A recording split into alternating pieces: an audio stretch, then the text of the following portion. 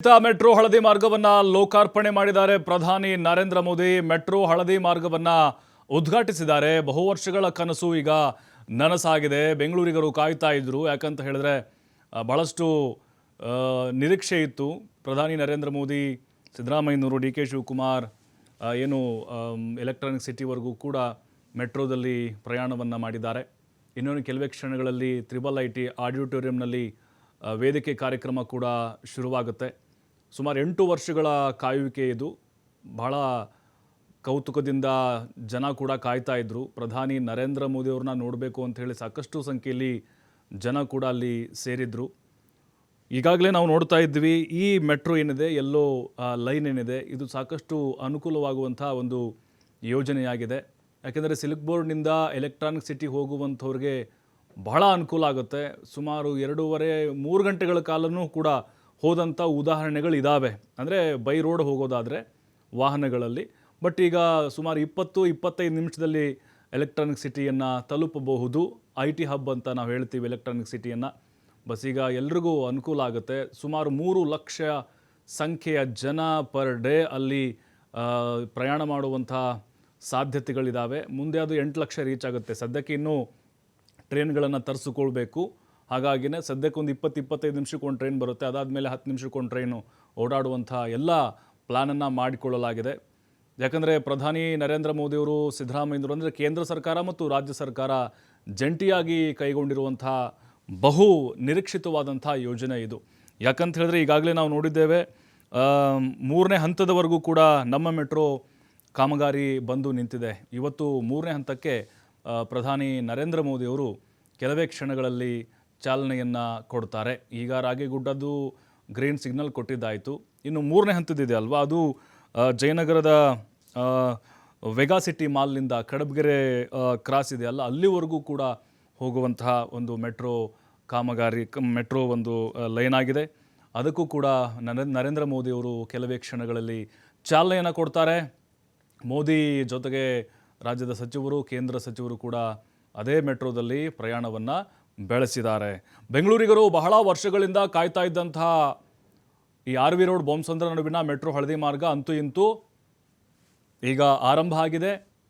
ಆ ಭಾಗದಲ್ಲಿ ಲಕ್ಷಾಂತರ ಸಂಖ್ಯೆಯಲ್ಲಿ ಜನ ಓಡಾಡಲಿಕ್ಕೆ ಖಂಡಿತವಾಗ್ಲೂ ಇದು ಅನುಕೂಲ ಆಗುತ್ತೆ.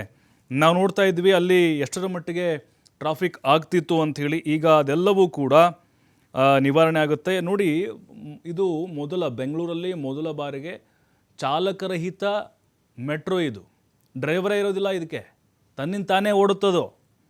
ದೇಶದಲ್ಲೇ 2ನೇದು ಇದು. ಹಾಗಾಗಿನೇ ಈಗ IT ಹಬ್ ಎಲೆಕ್ಟ್ರಾನಿಕ್ ಸಿಟಿಯಿಂದ ಬೆಂಗಳೂರಿನ ಕೇಂದ್ರ ಭಾಗಕ್ಕೆ ತ್ವರಿತವಾದಂತಹ ಸಂಪರ್ಕವನ್ನು ಕಲ್ಪಿಸುತ್ತೆ. ಇನ್ನು ಜನ ಮೆಟ್ರೋ ಬಳಸುವುದರಿಂದ ಸಹಜವಾಗಿಯೇ ಈ ಮಾರ್ಗದಲ್ಲಿ ವಾಹನ ಸಂಚಾರ ಕಡಿಮೆ ಆಗುತ್ತೆ, ಟ್ರಾಫಿಕ್ ದಟ್ಟಣೆ ಕಡಿಮೆ ಆಗುತ್ತೆ. HSR layout, BTM, Singasandra, Bommanahalli, Jayanagar, Tilak Nagar ಸೇರಿದಂತೆ ಹಲವು ವಸತಿ ಪ್ರದೇಶಗಳಿಗೆ ಸಂಪರ್ಕವನ್ನು ಇದು ಕಲ್ಪಿಸಲಿದೆ. ಅದರ ಜೊತೆಗೆ ಜಯದೇವ ಆಸ್ಪತ್ರೆಗೆ ಹೋಗುವಂಥವರು, ಇನ್ಫೋಸಿಸ್ಗೆ ತೆರಳುವಂತಹ ಸಾವಿರಾರು ಜನರಿಗೆ ಈ ಮೆಟ್ರೋ ರೈಲು ಅನುಕೂಲ ಆಗುತ್ತೆ. ಮತ್ತು ಬೆಂಗಳೂರಿನಿಂದ ತಮಿಳುನಾಡಿಗೆ ಹೋಗುವಂಥವ್ರಿಗೆ ಭಾಳ ಅನುಕೂಲ ಇದೆ. ಯಾಕಂದರೆ ಇಲ್ಲಿ ಮೆಜೆಸ್ಟಿಕ್ಕಿಂದ ಅಥವಾ ಸಿಲ್ಕ್ ಬೋರ್ಡಿಂದ ಬಸ್ ಇಟ್ಕೊಂಡು ಇವರು ತಮಿಳುನಾಡಿಗೆ ಹೋಗುವಂಥವ್ರಿಗೆ ಇಲ್ಲೇ 1-2 ಅವರ್ ಹೋಗ್ಬಿಡ್ತಾ ಇತ್ತು. ಅಂದರೆ ಎಲೆಕ್ಟ್ರಾನಿಕ್ ಸಿಟಿ ಹೋಗೋರು ಮತ್ತು ಅವರು ಅಲ್ಲಿಂದ ಹೊಸೂರು, ಅಲ್ಲಿಂದ ತಮಿಳುನಾಡು ಬಸ್ ಇಟ್ಕೊಂಡು ಹೋಗ್ಬೋದು. ಅಲ್ಲಿ ಇಳ್ಕೊಂಡು ಎಲೆಕ್ಟ್ರಾನಿಕ್ ಸಿಟಿ ಇಳ್ಕೊಂಡು ಬಹಳ ಅನುಕೂಲವಾದಂಥ ಒಂದು ಯೋಜನೆ. ಒಟ್ಟು 19.15 ಕಿಲೋಮೀಟರ್ ಇದೆ. 8 ವರ್ಷ ಸಮಯ ಹಿಡಿದುಕೊಂಡಿದೆ ಇದು ಕಂಪ್ಲೀಟನ್ನು ಮಾಡಲಿಕ್ಕೆ. ನೋಡಿ, ಪ್ರತಿ ಕಿಲೋಮೀಟ್ರಿಗೆ 400 ಕಿಲೋಮೀಟರ್ ವೆಚ್ಚವನ್ನು ಇಲ್ಲಿ ಮಾಡಲಾಗಿದೆ. 2017ರಲ್ಲಿ ಆರಂಭವಾದಂಥ ಒಂದು ಯೋಜನೆ 21ಕ್ಕೆ ಪೂರ್ಣಗೊಳ್ಳುತ್ತೆ. ಜೊತೆಗೆ ಆ ಒಂದು ಯೋಜನೆ ಪೂರ್ಣಗೊಳ್ಳಬೇಕು ಅಂತ ಹೇಳಿದ್ರೆ ಅಂತಿಂಥ ಚಾಲೆಂಜಸ್ ಬರಲಿಲ್ಲ ಇಲ್ಲಿ. ಇವತ್ತೇನು ಮೋದಿಯವರು ಚಾಲನೆ ಕೊಟ್ಟಿದ್ದಾರೆ, ಸಾಕಷ್ಟು ಸಮಸ್ಯೆಗಳು ಎದುರಾದವು ಅಲ್ಲಿ. ಯಾಕಂತ ಹೇಳಿದ್ರೆ ಅಲ್ಲಿ ಭೂ ಸ್ವಾಧೀನ ಪ್ರಕ್ರಿಯೆಗಳಾಗಿರ್ಬೋದು, ಜೊತೆಗೆ ಅಲ್ಲಿ ಕೆಲವೊಂದಿಷ್ಟು ಕೋರ್ಟ್ಗೆ ಕೆಲವೊಂದಿಷ್ಟು ಜನ ತಗಾದೆನ ತೆಗೆದಿದ್ದರು. ಅದೆಲ್ಲ ನಿವಾರಣೆ ಆಗಬೇಕು ಅಂತ ಹೇಳಿದ್ರೆ 8 ವರ್ಷಗಳ ಒಂದು ಸಮಯ ಬೇಕಾಯಿತು. ಅಂತೂ ಇಂತೂ ಈಗ ನಾಗರಿಕರ ಸೇವೆಗೆ ಅದು ಸಿದ್ಧ ಆಗಿದೆ. ಅದರ ಜೊತೆಗೆ ಈಗ ಮುಂದೆ ಬರಬಹುದಾದಂಥ ಕೆಲವೊಂದಿಷ್ಟು ಸವಾಲುಗಳನ್ನೆಲ್ಲವನ್ನು ಮೆಟ್ಟಿ ನಿಂತು ಅಧಿಕೃತವಾಗಿ ಚಾಲನೆಯನ್ನು ಕೊಡಲಾಗಿದೆ. ಹಳದಿ ಮಾರ್ಗವು ಈ ಥರ 3 ಕಾರಿಡಾರ್ನೊಂದಿಗೆ ಸಂಪರ್ಕವನ್ನು ನೀಡುತ್ತೆ. ಕೆಲವೇ ಕ್ಷಣಗಳಲ್ಲಿ ಮೆಟ್ರೋ 3ನೇ ಹಂತಕ್ಕೆ ಪ್ರಧಾನಿ ನರೇಂದ್ರ ಮೋದಿ ಅವರು ಶಂಕುಸ್ಥಾಪನೆ ಮಾಡ್ತಾರೆ. 3ನೇ ಹಂತ ಇದು JP ನಗರದ ವೆಗಾ ಸಿಟಿ ಮಾಲ್ನಿಂದ ಕಡಬಗೆರೆವರೆಗೂ ಇದೆ ನೋಡಿ. 44.65 ಕಿಲೋಮೀಟರ್ ಉದ್ದ ಇರುವಂಥ ಮೆಟ್ರೋ ಮಾರ್ಗ ಇದು. 15,611 ಕೋಟಿ ರೂಪಾಯಿ ವೆಚ್ಚ ಮಾಡಲಾಗಿದೆ. ಫೇಸ್ 3 ಕೆಂಪಾಪುರದಿಂದ JP ನಗರದ 4ನೇ ಹಂತ ಫೇಸ್ 3 ಬಹಳ ಅನುಕೂಲ ಇದು. ಹೊಸಹಳ್ಳಿಯಿಂದ ಕಡಬಗೆರೆವರೆಗಿನ ಮೆಟ್ರೋ ಫೇಸ್ 3 ಮಾರ್ಗ ನೋಡಿ, ಬರೋಬ್ಬರಿ 44 ಕಿಲೋಮೀಟರ್ ಇದೆ ಇದು. ಇದೇನಾದರೂ ಆಯಿತು ಅಂತ ಹೇಳಿದ್ರೆ ನೋಡಿ 2029 ಆಗುತ್ತೆ ಇದು ಮುಗಿಬೇಕು ಅಂತ ಹೇಳಿದ್ರೆ. ಇನ್ನೂ 3-4 ವರ್ಷ ಹಿಡಿಯುತ್ತಿದ್ದು. ಈಗ ಸುಮ್ಮನಳ್ಳಿ ಆಗಿರ್ಬೋದು, ಸುಂಕದಕಟ್ಟೆ ಆಗಿರ್ಬೋದು, ಆ ಭಾಗಕ್ಕೆ ಹೋಗುವಂಥವ್ರಿಗೆ ಅನುಕೂಲ ಆಗುತ್ತೆ. ಜೊತೆಗೆ ಇಲ್ಲಿ ಕಡಬಗೆರೆವರೆಗೂ ಕೂಡ ಬರ್ಬೋದು. JP ನಗರ ಅಲ್ಲೂ ಕೂಡ ವೆಗಾ ಸಿಟಿ ಮಾಲ್ ಅಲ್ಲೂ ಕೂಡ ಈ ಟ್ರೈನ್ ಸಂಚಾರವನ್ನು ಮಾಡುತ್ತೆ. ಹಾಗಾಗಿನೇ ಈ 3ನೇ ಫೇಸ್ ಏನಿದು ಆರೆಂಜ್ ಲೈನ್ ಅಂತ ಹೆಸರಿಟ್ಟಿದ್ದಾರೆ, ಅಂದರೆ ಕಿತ್ತಳೆ ಲೈನ್ ಅಂತ ಹೆಸರಿಟ್ಟಿದ್ದಾರೆ. ಇದು ಭೂಸ್ವಾಧೀನ ಪ್ರಕ್ರಿಯೆ ಆಲ್ರೆಡಿ ಚುರುಕುಗೊಂಡಿದೆ. ಕಾರಿಡಾರ್ 1ಕ್ಕೆ ಸಂಬಂಧಪಟ್ಟಂತಹ ಈ ಪ್ರಕ್ರಿಯೆಗಳು ಆಲ್ರೆಡಿ ಎಲ್ಲ ಪೂರ್ಣಗೊಂಡಿದೆ. ಪ್ರಧಾನಿ ನರೇಂದ್ರ ಮೋದಿಯವರು ಕೆಲವೇ ಕ್ಷಣಗಳಲ್ಲಿ ಈ ಒಂದು ಯೋಜನೆಗೆ ಚಾಲನೆಯನ್ನು ಕೊಡಲಿದ್ದಾರೆ. ಕೆಂಪಾಪುರ ಮತ್ತು JP ನಗರದ 3ನೇ ಹಂತದ ಒಂದು ಮಾರ್ಗ ಇದು. ಹೊಸಹಳ್ಳಿ ಕಡಬಗೆರೆ 2ನೇ ಕಾರಿಡಾರ್, 1ನೇ ಕಾರಿಡಾರ್ 3 ಪ್ಯಾಕೇಜ್ಗಳನ್ನು ಕೂಡ ಇದು ನಿರ್ಮಾಣ ಆಗ್ತಾ ಇದೆ. 2ನೇ ಕಾರಿಡಾರ್ 4ನೇ ಪ್ಯಾಕೇಜ್ ಆಗುತ್ತೆ. ಇನ್ನು DPR ಕೂಡ ರೆಡಿ ಆಗಿತ್ತೆ. ಅಂದರೆ DPR ಸ್ವಲ್ಪ ಲೇಟ್ ಆಯಿತು, ಹಾಗಾಗಿನೇ ಶುರುವಾಗೋದು ಕೂಡ ಸ್ವಲ್ಪ ವಿಳಂಬ ಆಯಿತು. ಮತ್ತೊಮ್ಮೆ ಅಲ್ಲಿ ಮರು ಸರ್ವೆ ಮಾಡಲಾಯಿತು ಫೇಸ್ 3ದು. ಬಟ್ ಈಗ ಎಲ್ಲ ನಿವಾರಣೆಯಾಗಿದೆ. JP ನಗರದ 4ನೇ ಹಂತದಿಂದ ಮೈಸೂರು ರಸ್ತೆಯ ಸರ್ವೆ ಮುಗಿಸಿ ಅಧಿಸೂಚನೆಯನ್ನು ಕೂಡ ಹೊರಡಿಸಲಾಯಿತು. ಅದಾದಮೇಲೆ ಕಂಠೀರವ ಸ್ಟೇಡಿಯಂನಿಂದ ಕೆಂಪಾಪುರದವರೆಗೆ 3ನೇ ಪ್ಯಾಕೇಜು, ಅಲ್ಲೂ ಕೂಡ ಬಹಳಷ್ಟು ಸವಾಲುಗಳಿತ್ತು, ಅದನ್ನು ಕೂಡ ಈಗ ಕಂಪ್ಲೀಟ್ ಮಾಡಿದ್ದಾರೆ. ನೋಡಿ, ಈಗ ಯಾವ್ಯಾವ ಮಾರ್ಗಗಳು ಬರುತ್ತೆ ಅಂತ ಹೇಳಿದ್ರೆ ಫೇಸ್ 3 ಕೆಂಪಾಪುರ ಬರುತ್ತೆ, ಹೆಬ್ಬಾಳ ಬರುತ್ತೆ, ನಿಮಗೆ ನಾಗಶೆಟ್ಟಿಹಳ್ಳಿ ಬರುತ್ತೆ, BL ಸರ್ಕಲ್ ಬರುತ್ತೆ, ಪಿಣ್ಯ ಬರುತ್ತೆ, ಕಂಠೀರವ ನಗರ ಮತ್ತು Nagarabhavi BDA, Papareddipalya, Vinayak layout, Nagarabhavi circle, Mysuru road, Dwaraka Nagar, Hosahalli Kadabagere 2ನೇ ಅಂದರೆ ಮತ್ತು ಇದು 2ನೇ ಕಾರಿಡಾರ್ ಬರುತ್ತೆ ನೋಡಿ. ಕಾಮಾಕ್ಷಿಪಾಳ್ಯ, ಸುಮ್ಮನಹಳ್ಳಿ ಕ್ರಾಸು, ಹೇರೋಹಳ್ಳಿ, ಬ್ಯಾಡ್ರಳ್ಳಿ, ಕಾಮತ್ ಲೇಔಟು, ಕಡಬಗೆರೆ, ಈ ಎಲ್ಲ ಮಾರ್ಗಗಳಿಗೆ ಈ ಮೆಟ್ರೋ ರೈಲು ಸಂಚಾರವನ್ನು ಮಾಡಲಿದೆ. 3ನೇ ಹಂತದ್ದು ಅದಿನ್ನೂ ಚಾಲನೆ ಕೊಡ್ತಾರೆ ಪ್ರಧಾನಿ ನರೇಂದ್ರ ಮೋದಿಯವರು. ನೋಡಿ, ಆಲ್ಮೋಸ್ಟ್ ಇಡೀ ಬೆಂಗಳೂರನ್ನು ನಮ್ಮ ಮೆಟ್ರೋ ಕವರ್ ಮಾಡ್ದಂಗೆ ಆಗ್ತಾಯಿದೆ. ಒಟ್ಟು ಇದು 3ನೇ ಫೇಸ್ ಆಯಿತು ಅಂತ ಹೇಳಿದ್ರೆ 222 ಕಿಲೋಮೀಟರ್ ವಿಸ್ತರಣೆ ಆದಂಗೆ ಆಗುತ್ತೆ. ಇದು ಎಲ್ಲಿ ಬೇಕಾದರೂ ಹೋಗ್ಬೋದು ಮೆಟ್ರೋದಲ್ಲಿ. ಬಹಳ ಅನುಕೂಲಕರವಾದಂಥ ಯೋಜನೆ ಇದು. ಟ್ರಾಫಿಕ್ ಕಿರಿಕಿರಿಯಿಂದ ಮುಕ್ತರಾಗಲಿಕ್ಕೆ ಈ ಒಂದು ಯೋಜನೆ ಜನರಿಗೆ ಬಹಳ ಅನುಕೂಲ ಆಗುತ್ತೆ.